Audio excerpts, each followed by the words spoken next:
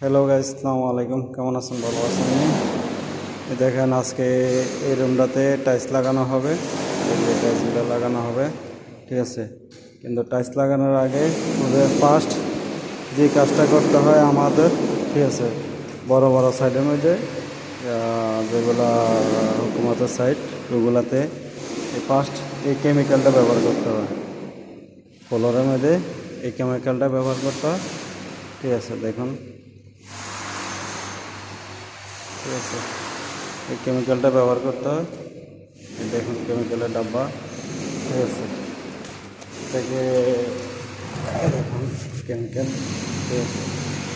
এই কেমিক্যালটা ব্যবহার করতে হয় ফার্স্ট, তারপরে এরপরে টাইলস লাগায়। কারণ টাইলস লাগানোর পরে যেহেতু কোনো সময় যেন ইয়া না হয়, এই টাইলসটা অনেক সময় দেখা গেছে অক্সিজেন নিচে অক্সিজেন ধরে, ওই অক্সিজেনের কারণে অনেক সময় টাইলস ছাইড়া দেয়, ঠিক আছে। ফ্লোর থেকে টাইলস ছাইড়া দেয়, ঠিক আছে।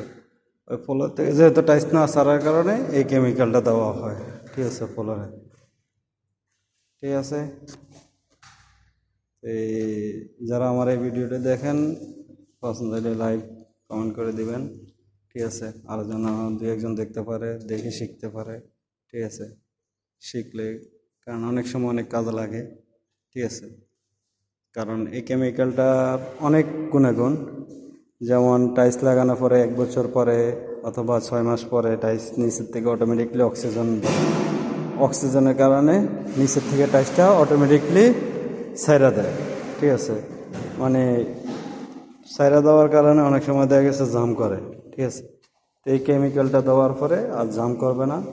তাই সবাই এই জিনিসটা ফলো রাখবেন, খেয়াল রাখবেন, ঠিক আছে। আমি আবারও দেখা দিতে আসি, ঠিক আছে। এই এই কেমিক্যালটা, ঠিক আছে, এই কেমিক্যালের নাম, ঠিক আছে। এখন এই কেমিক্যালের নাম, ঠিক আছে। ওকে, আসসালামু আলাইকুম। এটা বাংলাদেশেও পাওয়া যায়, এদেশেও আছে। এদেশে তো অ্যাভেলেবেল, কিন্তু বাংলাদেশেও আছে এইগুলো, ঠিক আছে।